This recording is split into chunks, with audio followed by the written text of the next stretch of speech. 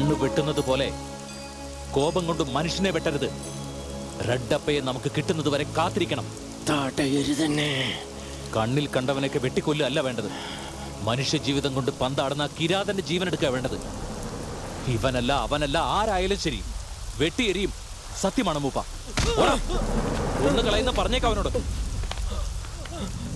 നമുക്ക് നോക്കാം. ഇവിടെ നിന്നോളൂ, നിങ്ങൾ ജീപ്പ് ഇപ്പോ വരും. ശരി.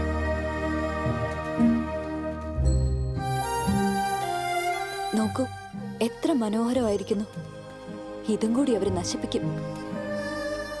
അല്ല, ചക്രവർത്തി എവിടെയുണ്ട്? പ്രസാദ് സാറിനോട് ചോദിക്കാം. അദ്ദേഹത്തിന് എന്തെങ്കിലും അറിയാമായിരിക്കും. ശരി, വാ. ആ പട്ടാഭിയും ചക്രവർത്തിയും തമ്മിൽ എന്ത് ബന്ധ?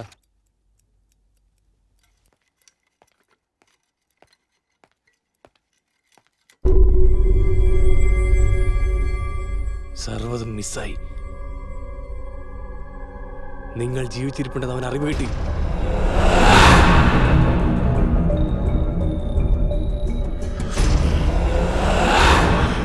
എനിക്ക് കൊല്ലണവനെ, കൊല്ലണവനെ, കൊല്ലണം. എനിക്ക് ഒരു ദിവസം കൂടി എനിക്ക് കാത്തിരിക്കാൻ വയ്യ. എത്രയും വേഗം കൊല്ലണം, എങ്ങനെയെങ്കിലും കൊല്ലണം. ഇത്തവണ മിസ്സാവില്ല. ശരിയായോ? ശരിയായോ? ഒന്ന് മൈൻഡ്സ് ബ്ലാസ്റ്റർ കൊല്ലാൻ മറ്റൊരാൾ കൂടിയുണ്ട്. അത് മറ്റാരുമല്ല, അവന്റെ അനന്തരവൻ. ചക്രവർത്തി ജീവനോടുണ്ടെന്ന് അറിഞ്ഞത് റെഡപ്പ അല്ല, ഇനിയൊരാളാണ്. ആര്? അതാര്?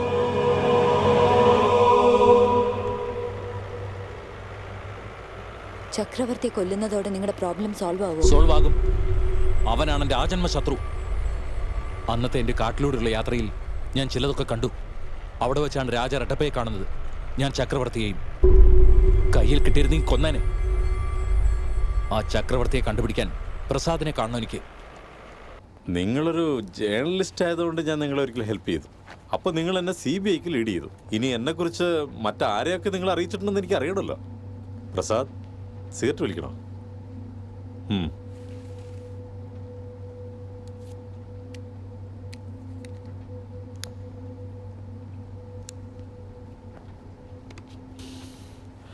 ദേവിക എന്തൊക്കെ അറിഞ്ഞു? എല്ലാം അറിയാം. നിങ്ങൾ ചെറിയ ചെറിയ ജോലികൾ ചെയ്തു തുടങ്ങി ഇന്നത്തെ നിലയിൽ എത്തിച്ചേർന്നത് വരെയുള്ള എല്ലാ വഴികളെക്കുറിച്ചും അവൾക്ക് വ്യക്തമായിട്ട് അറിയാം. നിങ്ങളുടെ ക്രൈം ഫയൽ അവളുടെ കയ്യിലുണ്ട്. എല്ലാവർക്കും അറിയാവുന്നത് നിങ്ങളുടെ മൈനിങ്ങിനെ കുറിച്ചാണ്. പക്ഷെ നിങ്ങളിപ്പോൾ ചെയ്തുകൊണ്ടിരിക്കുന്ന അണ്ടർഗ്രൗണ്ട് മൈനിങ്ങിനെ കുറിച്ച് പോലും അവൾക്കറിയാം. മൊത്തം അറിഞ്ഞോ? ചക്രവർത്തിയെ കണ്ടിരുന്നോ? ചക്രവർത്തിയെക്കുറിച്ച് എനിക്കൊന്നും അറിയില്ല. അറിയണമെങ്കിൽ സമയം വേണം. ആ നാടകക്കാരൻ ബാബു, അയാളുടെ കൂടെയുള്ള ദേവിക, അവരുടെ കഥ എന്താ? ബാബുവും ദേവികയും തമ്മിൽ എന്താ ബന്ധമുള്ളത്? ഞാൻ ആ യുവാവിനെ പോലീസ് സ്റ്റേഷനിൽ വെച്ച കാണുന്നത്. അവൻ തീയിൽ മുളച്ച ജന്മമാണെന്ന് എനിക്ക് തോന്നുന്നത്. അവനൊരു ഡെയർ ഡെവിളാ.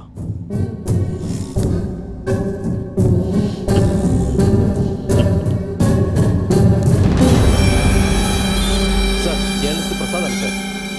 ആരോ കൊന്നു കെട്ടിത്തൂക്കിയതാണ്. മീഡിയക്കാരെത്തിയിട്ടുണ്ട്. സ്വല്പം വേഗം ക്ലിയർ ചെയ്താൽ ബെറ്റർ, അല്ലെങ്കിൽ പ്രോബ്ലം ആവും സർ. അതെ sir. Okay sir. Prasad sir, ഇവിടെ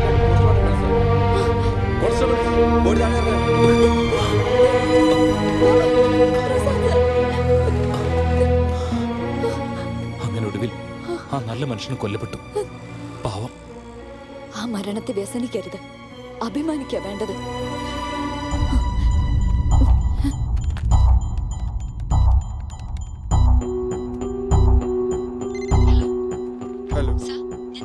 ദേവിക, ആർ യു ഓക്കേ?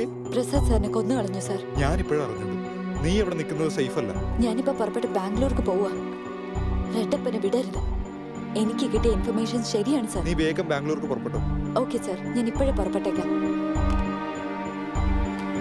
ആ ബാബു, ഞാൻ ടിപ്പുവിനെ ഒന്ന് അന്വേഷിച്ചിട്ട് വരട്ടെ. എന്റെ ലാപ്ടോപ്പും ബാഗും എല്ലാം അതിലാ. ഞാൻ കളക്ട് ചെയ്ത എല്ലാ ഇൻഫർമേഷൻസും അതിലാ ഉള്ളത്. ദേവിക ഒറ്റയ്ക്ക് എന്നെയും അവർ കൊല്ലുമെന്നാണോ പേടിക്കുന്നത്?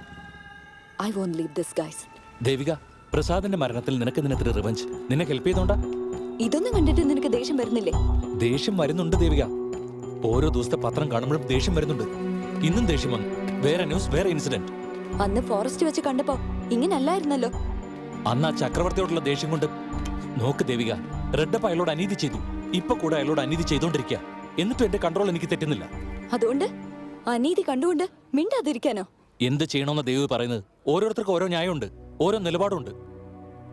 ഓരോരോ മനുഷ്യനും അവനവനെ കുറിച്ച് മാത്രം ചിന്തിക്കുക. ആ റെഡപ്പെ നോക്ക്, അവൻ അവസരം കിട്ടി, അത് മുതലാക്കി. 9 മാസം ചുമന്നിട്ടാണ് കുഞ്ഞിനെ പ്രസവിക്കുന്നതെന്ന് ചിലര്, അതല്ല ആണിന്റെ അടുത്ത് 10 നിമിഷം സുഖിച്ചതിന്റെ ആണെന്ന് വേറെ ചിലർ പറയുന്നു. രണ്ടും ശരിയാണ്. എന്നാൽ പൗരുഷമില്ലാത്തവൻ മനുഷ്യനല്ല. കിടപ്പറ സുഖം മാത്രം തേടുന്നവൻ മൃഗമാണ്. എത്ര ഈസി ആയിട്ട് പറഞ്ഞു. ചക്രവർത്തിയോടുള്ള കോപം ചോർന്നു പോയോ? നിങ്ങൾ ദുഃഖിക്കേണ്ടി വരും. ഏതെങ്കിലും ഒരു ദിവസം നിങ്ങൾ ദുഃഖിക്കും. എല്ലാം വിടാനാണ് ഭാവമെങ്കിൽ എന്നെയും വിട്ടേക്ക്. ദേവിക,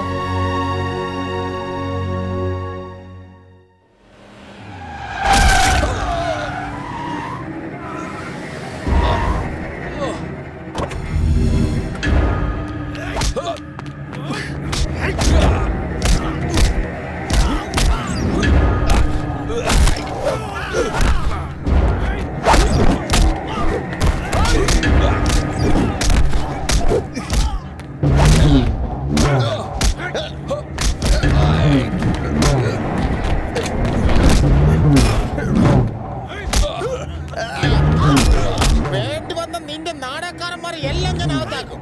കുടിക്കാൻ പച്ച വെള്ളം പോലും തരത്തില്ല. എടേ, ഞങ്ങൾ എഴുതുന്ന കഥകളും തിരക്കഥകളും ഒക്കെ ആടേ നിന്റെയൊക്കെ തലയിലെടുത്ത് പോലീസിനോടാണോ നിന്റെയൊക്കെ നാടകളി? കർത്തന് പിന്നിൽ അനാശാസ പ്രവർത്തനം എന്ന് പറഞ്ഞ് നിനക്കൊക്കെ എതിരെ ഞാൻ കേസ് ഫയൽ ചെയ്യും. കേട്ടടാ? ഇരിക്ക്. ദേവിക എവിടെയാടാ? അറിയില്ല. എന്താ അവള് നിന്റെ ലൈന? അല്ലടാ, നിന്റെ ബാക്ക്ഗ്രൗണ്ട് എന്തോന്നാ? നീ ഒരു അനാഥനല്ലേ? ഈ നാടകമൊക്കെ ആയിട്ട് മര്യാദയ്ക്കും കഴിഞ്ഞുകൂടിയാ പോരെ, അല്ലെങ്കിൽ നിന്റെ ട്രൂപ്പ് പോലും ഉണ്ടാവില്ല. ആ നാക്കറുപ്പ് കേസിൽ നിനക്കെന്ത് കാര്യമാ? ചെയ്താരി ചെയ്തത് തെറ്റ് തന്നെയാ. ഇതാ ഈ കാശ് മേടിച്ചിട്ടൊക്കെ പിന്മാറും. രാത്രിയിലെ നാടകത്തോടെ നീ ബെല്ലാരിക്ക് വിട്ടു. വാങ്ങിയടേ, വാങ്ങടേ, അങ്ങോട്ട് വാങ്ങടേ. വാങ്ങിയിട്ട് നീ തന്നെ കൈ വെക്കുക, അല്ലെങ്കിൽ വേറെ ആർക്കെങ്കിലും വിതരണം ചെയ്യുകയൊക്കെ ചെയ്പ്പോ. ചെല്ല് ചെല്ല് ചെല്ല് ചെല്ല്.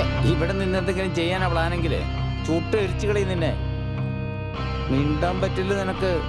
നിന്റെ നാടക ട്രൂപ്പ് മൊത്തമായിട്ട് വെട്ടി അരിഞ്ഞ് സ്റ്റേജിന്റെ കീഴെ കുഴിച്ചിടി ഞങ്ങള്.